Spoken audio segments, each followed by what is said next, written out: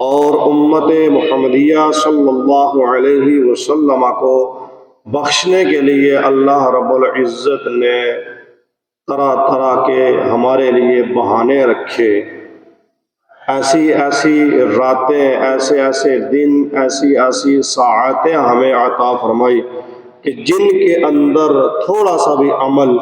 درجہ قبولیت کو پہنچتا ہے، ان لمحات کے اندر اگر بندہ اللہ رب العزت سے معافی مانگے تو اللہ رب العزت معاف فرما دیتا ہے۔ ان لمحوں کے اندر اگر کوئی بندہ اللہ سے فراخی رزق کے لیے دعا کرے تو اللہ رب العزت اس کو کثرت سے رزق عطا فرماتا ہے۔ ان لمحات کے اندر اگر کوئی بندہ مصیبت کے اندر پھنسا ہوا ہو،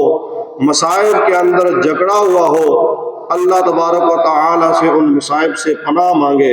اللہ رب العزت اس بندے کو ان مصیبتوں سے چھٹکارا عطا فرماتا ہے۔ رحمت حق بہانہ میں جو ہے اللہ رب العزت کی جو رحمت ہے وہ بندوں کو بخشنے کے بہانے تلاش کرتی ہے کہ بندہ کسی نہ کسی طریقے سے میرے در پر آ جائے، مجھ سے معافی مانگے، میں اس کو معاف کر دوں۔ اسی طرح اللہ رب العزت کا ہم پر کرم ہوا کہ اس نے ہمیں حرمت والے مہینے عطا فرمائے، بابرکت ساعتیں عطا فرمائی، اور کمنگ 2 دن کے بعد اللہ رب العزت کا ہم پر فضل ہونے والا ہے۔ انشاءاللہ اتوار کا دن گزار کے جو رات آئے گی، اللہ رب العزت نے امت محمدیہ پر اور بالخصوص ان لمحات کے اندر جو ہم لوگ سانسیں لے رہے ہیں، ہمارے اوپر کرم فرمایا، بالائے کرم فرمایا کہ اس نے ہمیں شعبان المعظم کا مہینہ عطا فرمایا اور اس کے ساتھ ہمیں شب برات عطا فرمایا۔ میں نے آپ احباب کے سامنے قرآن کریم اور فرقان حمید میں سے سورہ دخان کی چند آیات پڑھنے کا شرف حاصل کیا۔ علامہ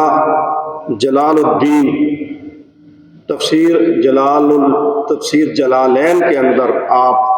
فرماتے ہیں کہ یہ جو آیات ہیں، حامیم والکتاب المبین انا انزلناہ فی لیلۃ مبارکہ، لیلۃ مبارکہ سے مراد نصف من شعبان، یعنی کہ شعبان کا نصف مراد لیا گیا ہے، یعنی لیلۃ مبارکہ سے مراد شب برات ہے۔ شعبان المعظم کی 15ویں رات، اس کو لیلۃ مبارکہ بھی کہا گیا ہے، لیلۃ السقف بھی کہا گیا ہے، اور بھی اس کے علاوہ اس کے بہت سارے نام ہیں۔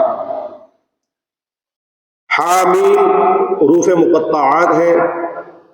ان کا ترجمہ اللہ اور اس کا رسول ہی بہتر جانتا ہے۔ والکتاب المبین، اور کتاب مبین کی قسم، انا انزلناہ فی لیلۃ مبارکہ،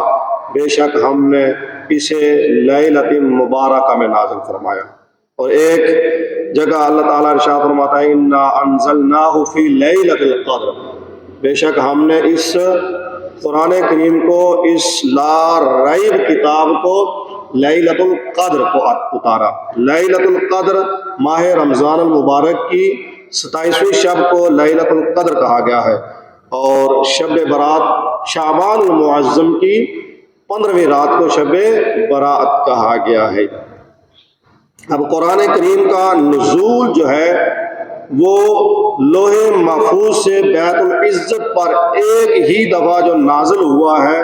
یک بارگی،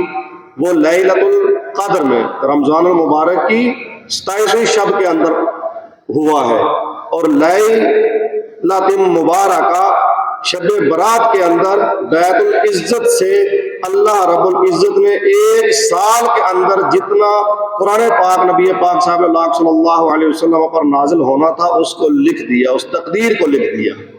یہ جو رات ہے شب برات کی، اس رات تقدیر لکھ دی جاتی ہے، اس رات بندوں کے جو اعمال ہیں وہ لکھ دیے جاتے ہیں۔ اس رات کے اندر یہ لکھ دیا جاتا ہے کہ کن روح نے اس دنیا کے اوپر آنا ہے، کس کس کے گھر اللہ تعالی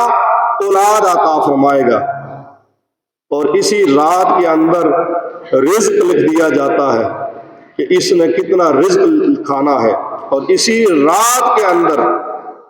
بندوں کے اوپر جو مشکل گھڑیاں نازل ہونے والی ہیں ان کے برے اعمال کی وجہ سے وہ بھی لکھ دیے جاتے ہیں۔ اس رات کے اندر بندوں کے جو اعمال ہیں پورا سال، پچھلے شعبان المعظم سے لے کر اس شعبان المعظم تک پورا سال کا جو ان کا رجسٹر تیار ہوا ہے وہ اللہ کے حضور پیش ہونے والا ہے۔ اس رات اعمال اللہ کے حضور پیش کیے جاتے ہیں، اور اگلے سال کے اندر بندے نے کیا کھانا ہے، کیا پہننا ہے، کیا پینا ہے، کیا کمانا ہے،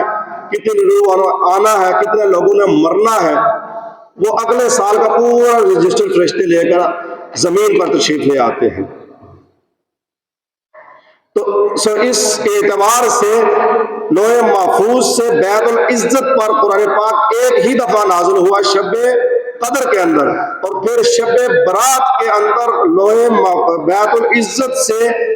فرشتے پورے سال کا وہ ریکارڈ مرتب کر دیتے ہیں کہ کون کون سی آیات نبی پاک صلی اللہ علیہ وسلم پر نازل ہونے والی ہیں۔ اس طرح ان دونوں آیات کا ان راتوں کے حوالے سے یہ موافقت ہو جاتی ہے۔